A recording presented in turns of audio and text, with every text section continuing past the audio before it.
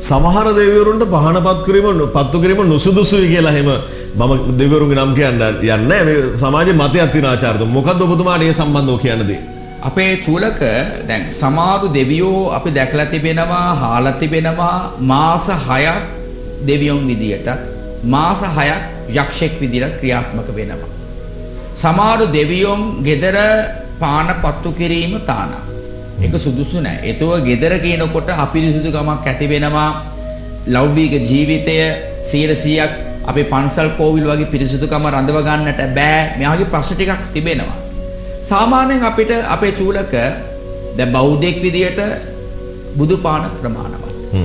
ඒ වගේම ඉන්දුන් අයට දෙවියන්ගේ පාන ගණ දෙවිතුන්, කතරගම දෙවිතුන්, ශ්‍රියාකාන්ත මෑණියෝ එතනත් සාමාන්‍ය සමාරු දෙවියෝ පානපත්තු කිරීම තාන.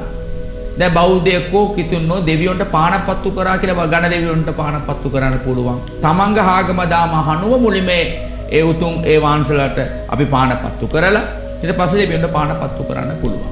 ඒ හැර අනවශ්‍ය විදියට පානපත්තු කිරීම එච්චර සුදුසු නැහැ. ඉන්දුන් වෙන්න පුළුවන්. ඉන්දුන්ගේ ගෙදර වුණොත්වත් සමහර දෙවියන්ට පානපත්තු කිරීම සුදුසු නැහැ. දැන් අපි කියමුකෝ උදාහරණයක් විෂ්ණු දෙවිතුන්ගේ අවතාර ගොඩාක් තිබෙනවා. මේ විෂ්ණු දෙවිතුන් අවතාර 10ක් තිබෙනවා. මේ අවතාර 10ටම සමහර විෂ්ණු දෙවිතුන්ට පානපත්තු කරන්න සුදුසු නැහැ. සමහර විෂ්ණු දෙවිතුන්ට පානපත්තු කරන්න පුළුවන්. අර එහෙමත් තිබෙනවා. දැන් මම දන්නේ මේ අහන්න වැරදි ප්‍රශ්නයක්ද කියලා.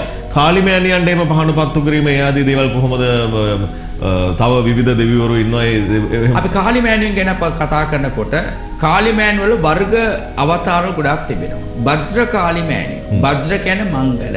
එතකොට ඒ දෙවියන්ට අපි පානපත්තු කරන වරදක් නැහැ. නමුත් ඒකට ක්‍රමසා විදි පිළිවෙලක් තිබෙනවා.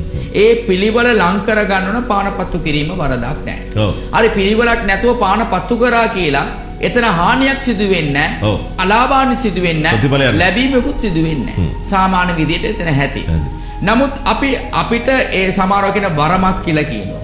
සමහරවට කාලිමෑණිය ලොකු පීඩක් ඇති. ඒ වගේ උදවිය පානපත්තු කිරීම වරදක් නැහැ. නමුත් ඒක අනවශ්‍ය විදියට අර බිත්තර තියලා අර අනවශ්‍ය විදියට අර කුකුල් බිලි දීගෙන අර ඒ හාදි ක්‍රියාත්මක වෙන්නේ නැතුව පිරිසුදුකමෙන් කරනවා නම් ඕන දෙයක් එතන සාර්ථක වීමක් තියෙනවා.